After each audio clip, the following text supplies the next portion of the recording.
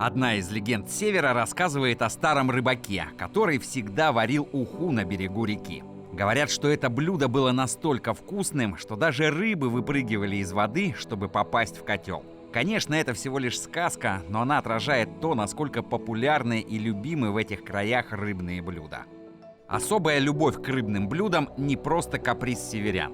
Все дело в том, что речные и морские обитатели из холодных вод отличаются от своих южных собратьев. И не только невероятно вкусны, но и очень полезны. Сегодня мы покажем, почему северная рыба жирнее и чем этот жир полезен. Разберем, что лучше – свежепойманная рыба или капсулированный рыбий жир. Вы увидите, какие составные части северных рыб полезны для разных органов. А если вы досмотрите наш выпуск до конца, узнаете, как лучше приготовить омуля, муксуна, хариуса и чира, так, чтобы сохранить их полезные свойства. Поехали! Обитатели северных рек и морей отличаются от своих более южных собратьев. Обитающей в холодной воде рыбе нужен жир для энергии, теплоизоляции, как натуральный утеплитель. А еще полиненасыщенные жирные кислоты омега-3 делают клеточные мембраны более текучими и эластичными, предотвращая их затвердевание в холодной воде. Кроме того, жир – концентрированный источник калорий для выживания, когда сложно найти корм длинными зимами. Кроме того, жиры помогают снизить температуру замерзания тканей, действуя как природный антифриз для клеток. В первую очередь, жир северной рыбы полезен благодаря высокому содержанию именно омега-3. Они критически важны для человеческого сердца, сосудов, мозга и иммунитета. Витамины D, А и В и микроэлементы йод, фосфор и калий, которые также содержатся в северной рыбе, укрепляют кости, улучшают зрение, память, состояние кожи и волос.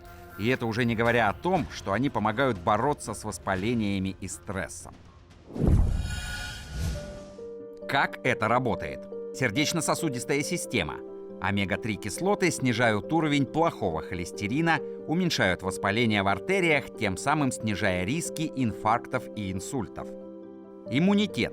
Витамин D и омега-3 участвуют в производстве веществ, повышающих иммунитет и помогающих организму бороться с инфекциями. Кости и зрение.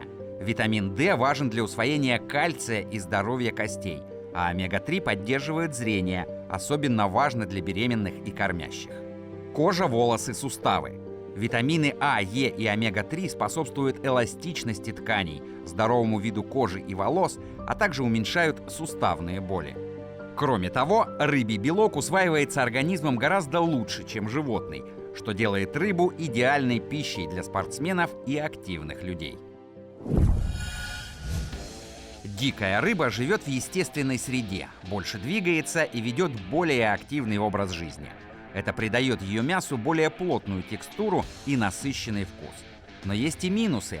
Она может быть дороже фермерской и быть зараженной паразитами.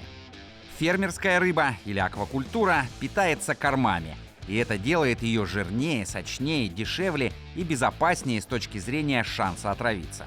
Но качество и состав могут зависеть от корма, а в мясе может быть меньше полезных веществ. В конечном итоге выбор, что покупать, во многом зависит от ваших личных предпочтений.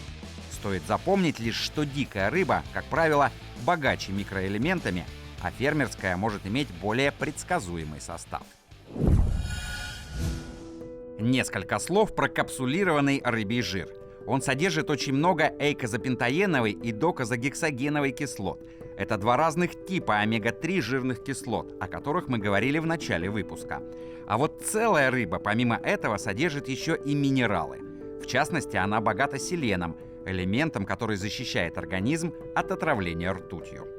Или витамин D – важный элемент, эффективный в борьбе со многими заболеваниями.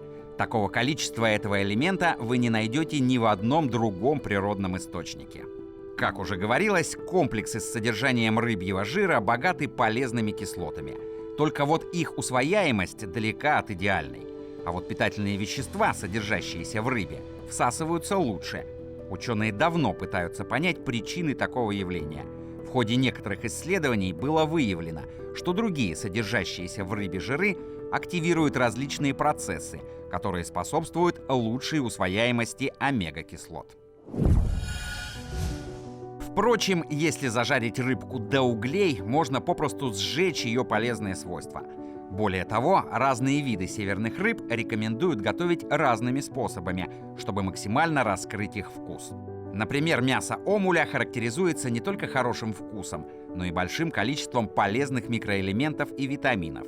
Даже несмотря на большое количество жировых клетчаток, мясо это не калорийное и хорошо подходит тем, кто постоянно сидит на диетах и желает сбросить лишний вес. А вот мясо моксуна даже при глубокой заморозке не теряет своих вкусовых характеристик. Этот вид промысловых лососевых рыб рекомендовано употреблять спортсменам и людям, которые страдают болезнями почек. Эта рыба отличается хорошим вкусом и наличием витамина ПП, который обеспечивает правильный обмен веществ. А незаменимая аминокислота гистидин еще и способствует восстановлению организма на клеточном уровне. За счет маленького содержания костной ткани моксуна часто используют для копчения, соления и жарки. Традиционные методы засолки, копчения и сушки северной рыбы позволяют не только сохранять продукт, но и создавать настоящие деликатесы.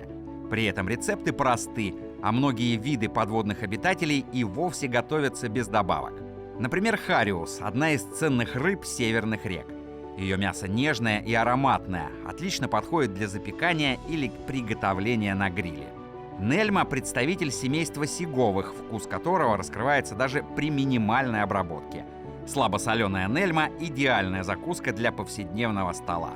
А вот чир – это жирная рыба с плотным белым мясом. Горячее копчение позволяет получить сочное и ароматное блюдо, которое отлично сочетается с травами и кисломолочными соусами. Впрочем, стоит помнить, что северная рыба, даже выловленная в чистейших реках, может быть опасна для здоровья. Подробнее о том, какие вредные вещества и паразиты могут содержаться в вашем улове, мы рассказывали в одном из наших прошлых видео. Обязательно посмотрите его, чтобы узнать, как обезопасить себя после рыбалки. А на этом наш сегодняшний выпуск подошел к концу. Дорогие друзья, прежде чем мы попрощаемся, обязательно расскажите в комментариях, как вы чаще всего готовите моксуна, нельму, чира, омуля или других рыб северных вод. Лучшие рецепты мы соберем в отдельный ролик. А еще не забудьте подписаться на наш канал, если вы до сих пор этого не сделали, поставить лайк и активировать колокольчик, чтобы не пропустить ничего интересного. А с вами был канал Ямал Медиа. До новых встреч!